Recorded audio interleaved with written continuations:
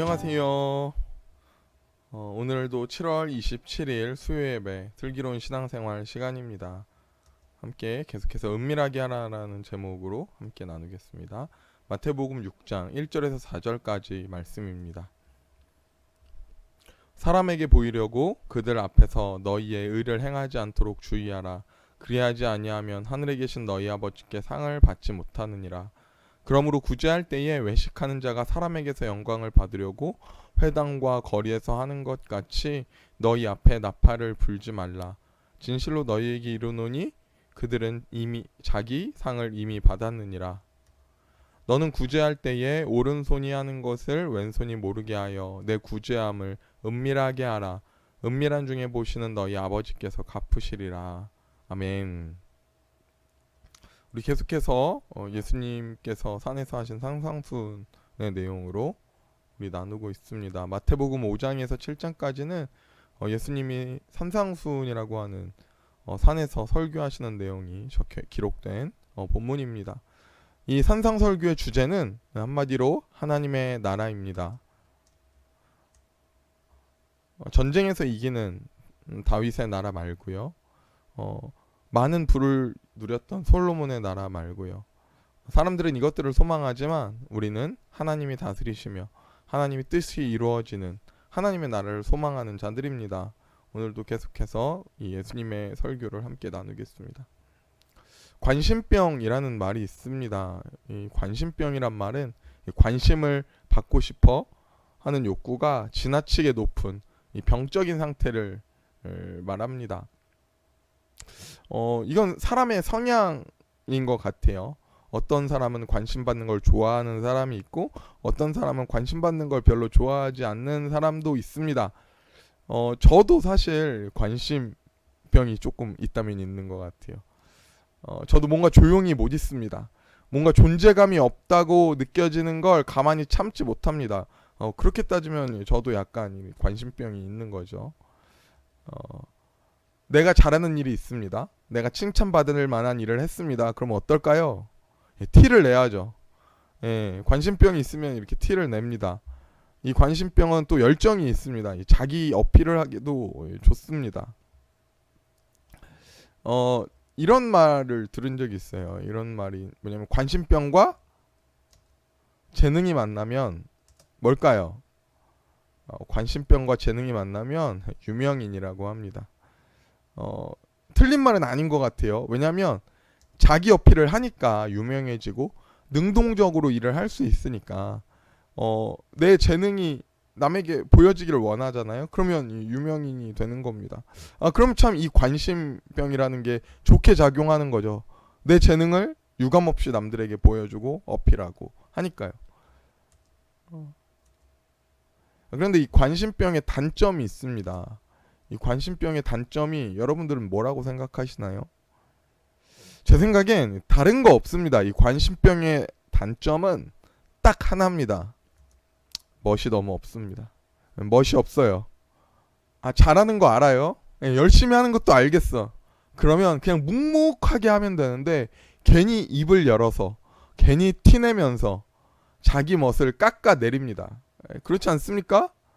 그냥 가만히 묵묵하게 하면 와, 저 사람 멋있다 하지만 가만히 있으면 칭찬받는 일도 나 이거 했다 봐라, 나 이거 잘했지 봐라, 나 이거 잘한다 봐라, 이러면 멋이 없잖아요.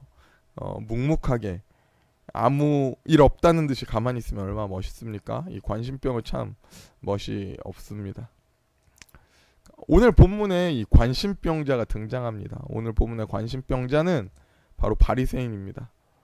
특별히 어떤 바리새인이냐? 이 선행을 하는 바리새인입니다. 구제를 하는 바리새인입니다. 자, 마태복음 6장 2절 말씀입니다. 그러므로 구제할 때에 외식하는 자가 사람에게서 영광을 받으려고 회당과 거리에서 하는 것 같이 너희 앞에 나팔을 불지 말라. 진실로 너희에게 이르노니 그들은 자기 상을 이미 받았느니라. 아멘. 보십시오. 구제는 참 멋진 일 아닙니까? 자신의 것을 조건 없이 나누니까 누가 봐도 선한 일입니다. 그런데 어떻습니까? 이 바리새인들 하는 거 보면 너무 멋이 없습니다. 너무 멋이 없어요. 어떻게 저럴 수 있을까요? 내가 가난한 사람을 돕는데, 내가 어려운 사람을 돕는데 옆에서 어떻게 하게 합니까? 나팔을 불게 합니다. 뿌뿌. 내가 하는 거 봐라. 내가 이렇게 구제한다. 아, 내가 이렇게 가난한 사람 도운다. 어떻게 이럴 수가 있죠? 여러분, 이렇게 할 수 있겠습니까? 아무리 관심병이 심해도, 아무리 관심 받는 걸 좋아해도, 아, 내가 선한 일을 하면서 옆에서 나팔을 불게 어떻게 그래요? 얼마나 철판을 얼굴에 깔아야 저렇게 할 수 있을까요? 참 이것도 대단하다면 대단한 것 같습니다. 그러니까 오늘 본문에 예수님도 그렇게 가르치시는 것 같아요. 예수님이 이렇게 가르치십니다. 너는 구제할 때에 오른손이 하는 것을 왼손이 모르게 하여 내 구제함을 은밀하게 하라. 은밀하게 보시는 중에 너희 아버지께서 갚으시리라. 아멘. 예수님이 그러니까 이렇게 가르치시는 거예요. 야, 은밀하게 해라. 야, 너무 멋이 없다. 너 어떻게 그렇게 하냐? 네, 뭐 예수님이 직접적으로 멋이 없다 이렇게 말씀은 하지 않으셨지만 은밀하게 하라고 그렇게 오늘 가르치고 계십니다. 우리는 참 이 바리새인의 행동이 이해가 안 됩니다. 이해가 안 되지만 우리 한번 그래도 우리 바리새인의 입장에서 우리 한번 생각을 해보겠습니다.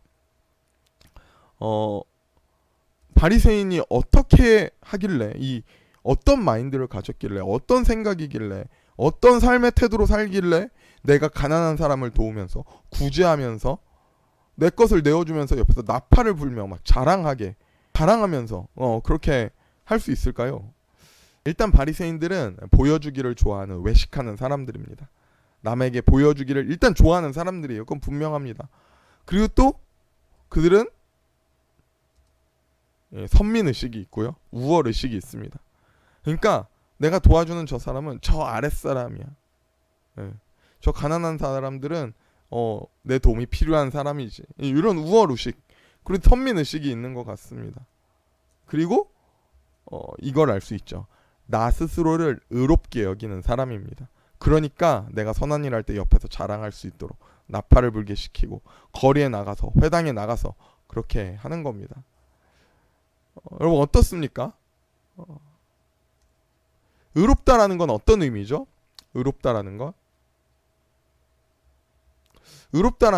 하나님이 하시는 일입니다. 의롭다 하시는 분은 하나님이세요. 그런데 바리새인들은 어떻게 합니까?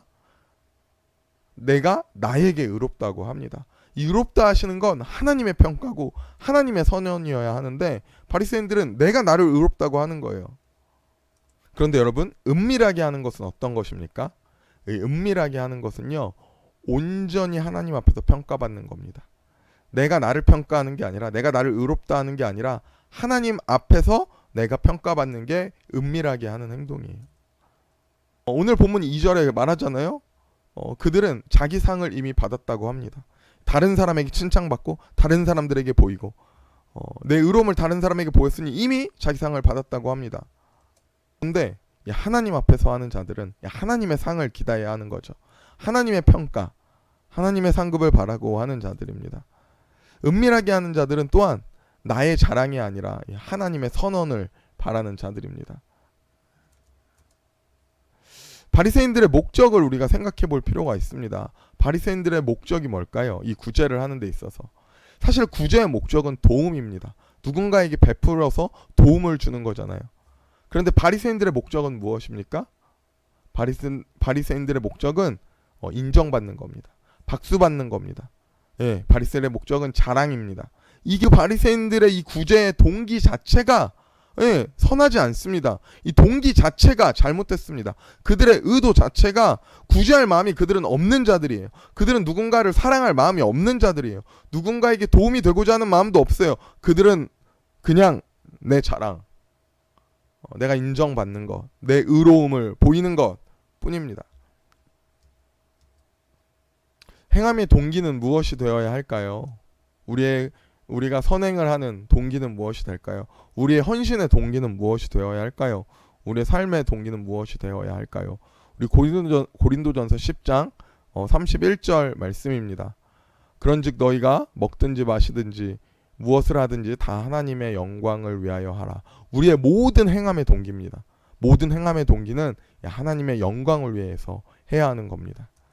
두 번째로 고린도전서 16장 14절입니다. 너희 모든 일을 사랑으로 행하라. 우리의 행함의 동기는 딱 두 개예요. 두 개. 그리스도인의 행함의 동기는 딱 두 개입니다. 하나님의 자녀의 행함의 동기는 딱 두 개예요. 무엇입니까? 하나님의 영광, 또 하나는 사랑입니다. 이게 성경이 우리에게 말하고 있는 행함의 동기입니다. 예수님도 마찬가지로 오늘 본문에 그렇게 말씀하고 계신 것입니다.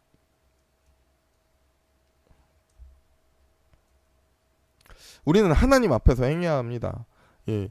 우리는 많은 일을 합니다. 우리는 헌신을 합니다. 교회에서 일을 합니다. 세상에서 일을 합니다. 우리가 때론 남들을 도울고요, 사랑으로 섬깁니다. 그런데 여러분 우리가 그 가운데 기억해야 할 것이 있습니다. 그리스도인은 사람 앞에서 행하는 자들이 아닙니다. 바로 하나님 앞에서 하는 사람들입니다.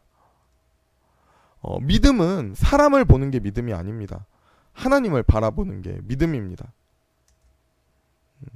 하나님 앞에서 우리가 행할 때에 사랑할 수 있습니다. 예. 그리고 우리가 그렇게 하나님 앞에서 사랑하는 모습이 멋있는 그리스도인의 모습입니다. 우리가 그렇게 은밀하게 사랑하는 자들 되어서 멋진 그리스도인이 되기를, 오늘도 멋진 그리스도인으로 살아가는 하루 되기를 소망합니다. 우리 마지막으로 우리 고린도후서 10장 8절에서 10절 말씀을 한번 읽어보겠습니다. 우리는 속이는 자 같으나 참되고 무명한 자 같으나 유명한 자요, 죽은 자 같으나 보라 우리가 살아있고, 징계를 받는 자 같으나 죽임을 당하지 아니하고, 근심하는 자 같으나 항상 기뻐하고, 가난한 자 같으나 많은 사람을 부유하게 하고, 아무것도 없는 자 같으나 모든 것을 가진 자로다. 아멘. 네, 우리의 행함은 이래야 합니다. 그리스도인의 삶은 이래야 합니다. 우리가 때로는 유명인이 되고 싶습니다. 우리가 그리스도인으로서 유명해지고 싶습니다. 관심병이 있으면 유명해질 수 있죠. 하지만 우리는 그렇지 않습니다. 우리는 무명한 자로 살아가는 겁니다. 왜 그렇습니까? 우리는 하나님 앞에서 살아가기 때문에 그렇습니다. 오늘의 삶도 우리가 세상에서는 무명한 것 같으나 하나님 앞에서는 유명한 자로 살기를 원합니다. 그렇게 오늘 하루도 승리하는 하루 되기를 소원합니다. 자, 여기까지입니다. 기도하겠습니다. 사랑의 하나님 감사합니다. 우리에게 은밀하게 하라고 말씀하시는 주님, 내가 자랑하고 싶어 나섭니다. 내가 보여지고 싶은 마음에 나섭니다. 하나님의 영광보다 사람의 영광을 더 사랑했던 나의 모습임을 고백합니다. 하지만 우리가 하나님 앞에 온전히 서서 하나님의 선언과 하나님의 평가를 기다리며 우리가 그렇게 살아가게 하여 주시옵소서. 세상이 나를 몰라줄지라도, 다른 사람들이 나를 몰라줄지라도 온전히 하나님 앞에서 오늘을 살아내며 오늘 우리에게 명령하신 그 삶을 살아내기를 원합니다. 오늘도 우리가 홀로 하나님 앞에 대하며 하나님과 살아가는 귀한 하루 되게 하여 주시옵소서. 감사하며 예수님의 이름으로 기도드렸습니다. 아멘. 감사합니다. 우리 다음 시간에 만나겠습니다.